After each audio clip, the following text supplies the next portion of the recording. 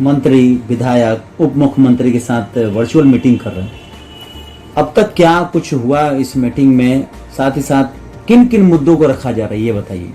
देखिए, पूर्व के लॉकडाउन के दिनों में सरकार के द्वारा हम व्यवसायियों, चैम्बर ऑफ कॉमर्स, कैट के व्यवसायियों के साथ लगातार मीटिंग होता था और उनके सुझाव लिए जाते थे। उसके हिसाब से दुकान कितने देर तक, कौन सा व्यवसाय, खाद्य सामग्री की दुकानें का कितने देर तक खोला जाए, इन सब बातों पर चर्चा होती थी। सब्जी विक्रेता को कहाँ बेचा जाए, किस तरह के लॉकडाउन में पालन करते हुए कैसे, और उसमें काफ़ी सहूलियत से सभी का व्यवसाय लगभग चल रहा था। लेकिन इस बार चूंकि किसी व्यवसायी के साथ कोई मीटिंग और किसी तरह का कोई भी बात नहीं सुनना गया प्रशासन के द्वारा, और इसमें काफ़ी लोग व्यवसायी नाराज हैं। और इस लॉकडाउन में हम व्यवसायी को कहीं से कोई पूछने वाला नहीं है। खुद आप भाजपा व्यवसाय प्रकोष्ठ के अध्यक्ष हैं, पार्टी आपकी है, सरकार आपकी है, गठबंधन है, उसके बावजूद आप लोग जो एक व्यवसायी है, यदि व्यवसाय ठप होता है तो कई लोगों को रोजगार चला जाता है। पिछले साल भी लोगों के पास रोजगार चला गया। सबसे बड़ी बात, शिक्षित मजदूर बन के लोग अब तैयार हो रहे हैं, क्योंकि जो शिक्षित हैं उनसे तो दूसरा काम होगा नहीं, मजदूरी तो होगा नहीं। ऐसे में एक व्यवसाय के यहाँ वो अपना जो जीविकोपार्जन करने का एक माध्यम था। छोटे छोटे तबके जो खोमचे वाले हैं, ठेले वाले हैं, रेहड़ी पर बेचते हैं, उन सब की समस्याएं दिन पर दिन विकट होते जा रहा है। अब लॉकडाउन अंतिम चरण में चल रहा है। क्या लगता है कि लॉकडाउन खत्म होने के बाद पुनः उस तरीके से वही तरीका रहेगा या कुछ उसमें संशोधन होकर आएगा दुकान खोलने को लेकर? देखिए, पहले तो मैं एक व्यवसायी हूँ, बाद में भाजपा व्यवसाय प्रकोष्ठ का जिला संयोजक हूँ। तो पहले व्यवसायियों को दुख दर्द मैं समझता हूँ कि पहले वो देखूं।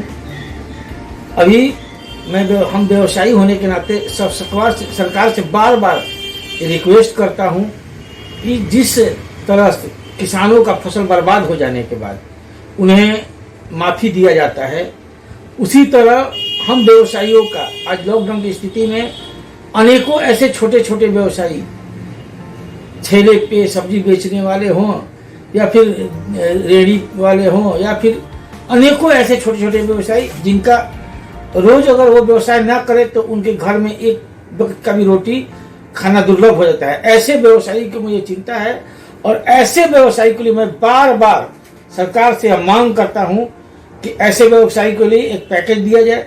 जैसे किसानों को लोन माफ किया जाता है फसल बर्बाद होने के बाद, वैसे व्यवसायी जो छोटे छोटे लोन हैं जिनका लोन 5 लाख रुपए तक का है, वैसा लोन माफ किया जाए।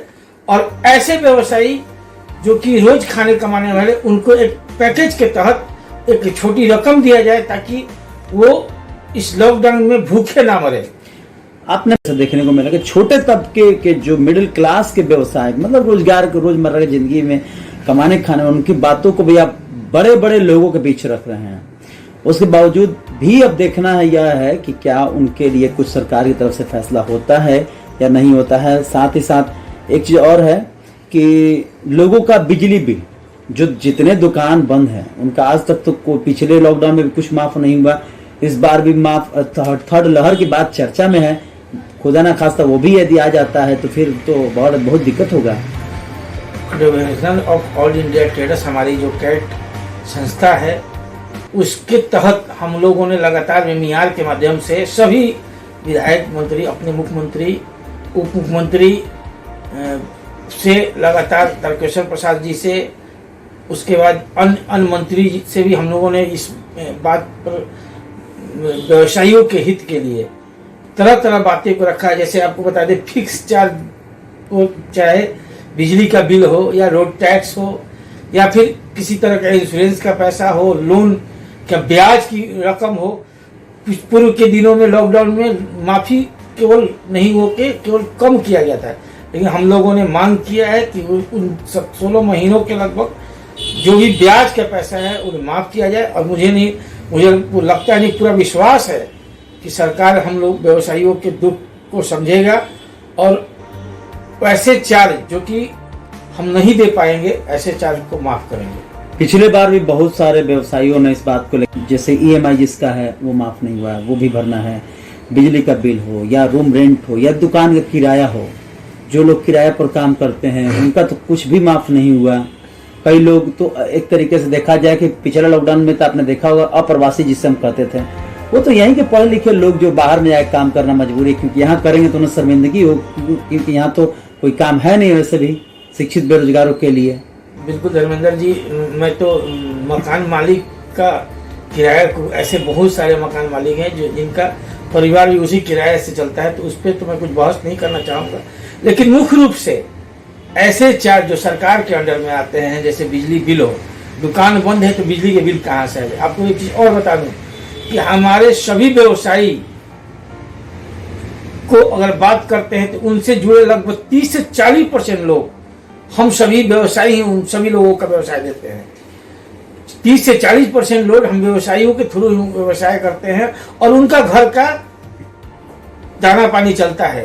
तो हम सरकार से मांग जो लगातार देखिए लगातार सुनेगा, सरकार को सुनना पड़ेगा। और मुझे आशा ही पूर्ण विश्वास है कि सरकार के द्वारा हमारा मांग सुना जाएगा और जल्द से जल्द इस बार ठोस कदम उठाया आप लगातार वेबिनार से, मैंने पहले भी कहा कि आप प्रयास कर रहे हैं, इस बार का प्रयास में कितना सफलता हाथ लगेगा, क्योंकि पिछले बार और इस बार में बहुत अंतर इसलिए कि पिछले बार चुनाव का समय था, इस बार तो कोई चुनाव है नहीं, नेताओं के बड़े बड़े वायदे होते। सर क्या लगता है कि इस बार का वायदा में कुछ पूर्ति होगा, क्योंकि इस बार तो बहुत सारे बड़े से बड़े व्यवसायी का कमर टूट चुका है, भले वो बाहर से दिख रहे हैं लेकिन अंदर से उनकी क्या स्थिति है वो खुद जानते हैं। धर्मेंद्र जी, आपकी बात बिल्कुल सही है, लेकिन मुझे आशा ही नहीं पूर्ण विश्वास है कि इस बार, क्योंकि सभी को पता है कि व्यवसाय, हम व्यवसायियों के तरफ से लगभग 30 से 40% लोग हमसे जुड़े हैं।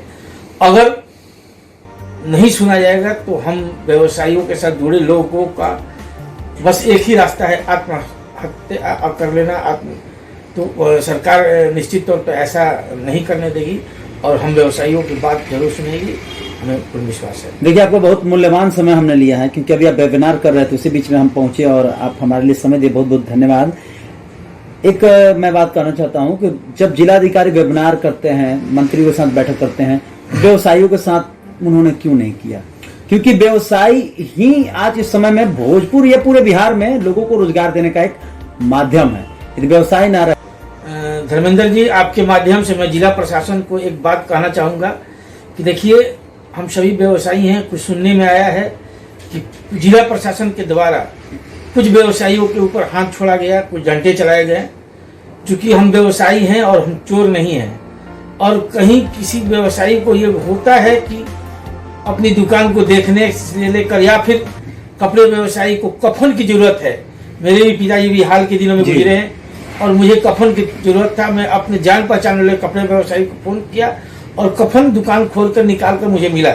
तो ऐसे सरकार ने इस चीज़ों पर ध्यान नहीं दिया है। ऐसे व्यवसायी जो कि रोज खाने कमाने वाले हैं, उस पर सरकार को रहम करना चाहिए और प्लांटिंग करना चाहिए, दुकान सील करनी, ना कि उन पर हाथ उठाना चाहिए। मैं एक बार फिर से कहूँगा कि जिला प्रशासन से, आपके माध्यम से मैं कहना चाहूँगा कि ऐसे व्यवसायियों को जो दुकान खोलकर किसी तरह की दुकान देखने, दुकान के में कोई बरसात के दिन है, कोई बारिश ना आ जाए, या फिर कोई चोरी चक्के ना ले जाए, इस तरह का दुकान खोलते हैं। या फिर ऐसे व्यवसायी जो कि रोज खाने कमाने और सुबह के टाइम में 1-2 घंटे खोलकर कुछ बेच लेते हैं, ऐसे को सरकार और जिला प्रशासन नजरअंदाज करे, और ना कि उन्हें, बहुत सुनने में आया कि अनेकों पैसे ऐंठते हैं और बेरहमी से पीटा भी गया है। तो उस पर मैं रिक्वेस्ट करूंगा कि ऐसा जिला प्रशासन द्वारा ना किया जाए, और नहीं तो हम चुप नहीं बैठेंगे। यानी सीधे शब्दों में कहा जाए कि देखिए, एक तो ये तो कोई संवैधानिक नहीं है किसी पर लाठी चलाना, लेकिन पुलिस कह रही है कि दुकान खोलने की, जिला अधिकारी ने भी कहा है कि ऐसी बात नहीं है, उनको थोड़ा सा एहतियात बरता जा रहा है। लेकिन कई दुकान को जो सील किया गया या बंद किया गया, कई दुकानदारों ने ये कहा कि उन्हें कुछ, जैसे अभी आपने कहा कि कुछ सामान निकालना हो, अब वो शटर उठा नहीं पा रहे, क्योंकि सब तो दुकान में बहुत सारे चीजों लोग रहते हैं। तो अब जैसे कि अब तो धीरे धीरे लॉकडाउन समाप्ति की ओर जा रहा है, मतलब कि बिहार में अपने यहाँ, तो उसके बाद जब खुलेगा तो परिवर्तन होगा, लेकिन लगता नहीं है कि मुख्य धारा से पुनः यह लौट पाएगा। बिल्कुल, आज जो स्थिति बना हुआ है, लगातार लॉकडाउन पे लॉकडाउन, और जो इससे जुड़े ऐसे व्यवसायी हैं, कपड़ा व्यवसायी हो या फिर इस तरह के व्यवसायी जो कि उनके कपड़े के सेल ना होने के चलते उनका कपड़ा पुराने में हो जाते हैं, ऐसे को काफी परेशानी होगा। सीमेंट छड़ के व्यवसायी हैं जिनका सीमेंट बरसात के दिनों में खराब हो गया होगा, निश्चित तौर पर ऐसे व्यवसायियों को काफी परेशानी होगा वापस आने में लेकिन ये महामारी है और सरकार को तो कुछ लाभ देना ही चाहिए ना। बिल्कुल, इस पर मैं बार बार सरकार के वेबिनार के माध्यम से भी सभी अपने मंत्री के और उप मुख्यमंत्री जी को हमने आवाज उठाया कि इस तरह का ब्याज पर सरकार के द्वारा सोचना हुआ ब्याज माफ करना चाहिए। सर, आखिरी सवाल, यदि व्यवसाय पूरी तरीके से टूट जाए, आपने कहा कि आत्महत्या करने वाली स्थिति बन जाएगी, जब स्थिति भयानक हो रहा है और लगातार व्यवसाय खत्म हो जाएगा, जब व्यवसाय ही खत्म हो जाएंगे तो फिर तो एक तरीके से अराजकता का माहौल पैदा हो जाएगा। बिल्कुल, 30 से 40% लोग हम व्यवसायियों से जुड़े हैं और 40% एक बहुत बड़ी संख्या होती है, तो निश्चित ऐसे, क्योंकि आरा में तो सर कोई इंडस्ट्री है नहीं। हाँ, तो ऐसे अगर इस तरह का अगर व्यवसायियों का परेशानी होगा तो काफी अराजकता का माहौल आ जाएगा और काफी कुछ तहस नहस हो जाएगा। धन्यवाद सर। धन्यवाद।